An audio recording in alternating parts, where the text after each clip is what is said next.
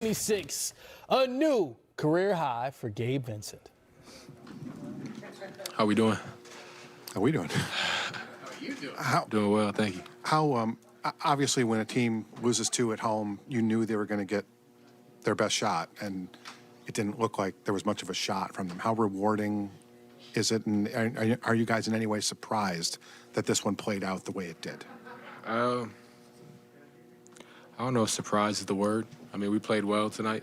We defended, we made shots. We forced them into turnovers, and it was just great to be home. I think we rode the momentum of our crowd as well. Gabe, when it comes to just the dialogue that you and Spo have as a coach and player off the court and just obviously during the game, can you, in a short time, describe some of that a bit? I mean, well, in shorthand, a lot of it is basketball related, whether it's where we're trying to get the ball, what set we're going to run. If he sees something he wants me to do, or even just share with somebody else. If Bam can't hear him down the court, he needs me to tell Bam something. So I just try to be a voice for him on the court. If there's something that he needs me to relay, and we just go from there. Gabe, you had a lot of success with your pull-up shooting tonight. When you're coming off the pick and roll and the big is in a drop, Spo mentioned how he kind of needs you to be assertive looking at the rim. What is your decision-making process in that situation in terms of, I'm going to go for the shot or I'm going to get my teammates involved? How does that work for you typically? Yeah, I mean, for me personally, a lot of it's just the flow of the game. If there's another guy that has a hot hand, maybe we'll try to manipulate the pick and roll some way to find him. But my teammates tell me time and time again to come off the pick and roll and be aggressive and then make reads from there. So when they're giving me that confidence and I see a couple go in, I'll definitely continue to be aggressive. Gabe, Spo's been consistent throughout the regular season, even when shots weren't falling team-wide, that you guys were building something on offense. What was the process like of building even through the failures of the regular season, and how has the offense kind of set you up for success in the postseason? Yeah, I mean, I'd say the process was painful at times and rewarding at others. But definitely right now it's rewarding. It's paid off. We've put in a lot of work. It's been a long season, and we're just playing good basketball at the best time. Spo mentioned you having Jimmy Butler and Bam as kind of role models when you entered the league. Is there anything specific that you've been able to take away from them and maybe even involve in your game on the court, maybe a more off the court kind of thing? Is there anything specific that you could speak to about what you've taken away from those guys? I wouldn't say anything too specific, but their approach. I think their approach to the game, the way they compete. We've seen them both when they get in their mode. And how they find ways to continue to stay in it or to get back into it night in and night out. Watching them up close in my first year in the bubble, seeing the way they competed during that run was huge for me. It was motivation for me. It's just inspiring to see them go out there and go that hard every night. And now playing, I know how exhausted they were. And doing it time and time again, it's inspiring, and they'll continue to lead us, and we'll continue to follow. You got to the Heat as more of a two guard, and they kind of developed your point guard skills. How much of the circumstances, injuries, kind of brought out more of that scoring ability and kind of asked, for you to score more and play that role?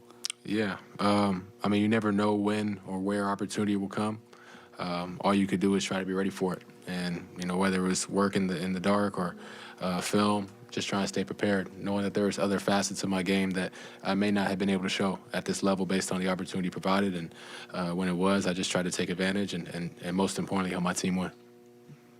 Gabe, you've gone through a lot of tough matchups throughout this playoffs, having to guard certain guards on each of these teams. I guess just how much easier is it to make it for you when Jimmy and Bam always seem to be like helpers for you? One of them is always to be fully helping over. I guess what's the trust level to make that easy for you defensively? Yeah, I mean, well, Jimmy and Bam are when they're off the ball, they're great defensively, especially the way they can lurk and get in passing lanes or meet a guy when he gets to the rim. And but the way we defend it's all five. It's not just those two guys helping me. It's Max as a shrink out the corner, or Duncan rotating, or Kyle telling me there's a screen off the ball, and or Caleb coming and doubling. We got a number of guys that are just competing at a high level. Talking, running around, scrambling. So, we're playing great, but definitely Bam and Jimmy lead the way with that. No question about it. Hey, Gabe, I remember speaking with you during Media Day, and the first thing you talked about was the disappointing way last season ended. Mm-hmm. And you talked about that being a driving force for you. Is that something we could use to explain this incredible playoff run? You could. I'm sure you guys will at some point, but we want to win. Our goal has never changed. Ups and downs, year in, year out. The Miami Heat are trying to compete for a title, and this year is no different. Yeah, Gabe. Spo mentioned that, hey, Gabe had a big game tonight, but we felt like he was just as impactful in game 2 with only 4 points. And he kind of phrased it as emotional stability, being able to stay committed, regardless of what your stat line or your shots look like. What's key for you to maintain that emotional stability, regardless if you're making shots, whatever, finding a way to still be impactful? Yeah, I think it's just important for me to just be where my feet are and just be as present as possible. Whether it's a bad first half or a turnover, just having the next play mentality and just focus on how can I win the next possession? How can I help my team win this next possession or this next play? And just continue to find ways to just help my team. To win the favorites to win the series, and now one step to make the finals. What is the mentality for the next game, the next game? The next game, the mentality is to come out, compete at a high level, defend, try to make the right read every time offensively and just play good basketball. It's the first of 4 games.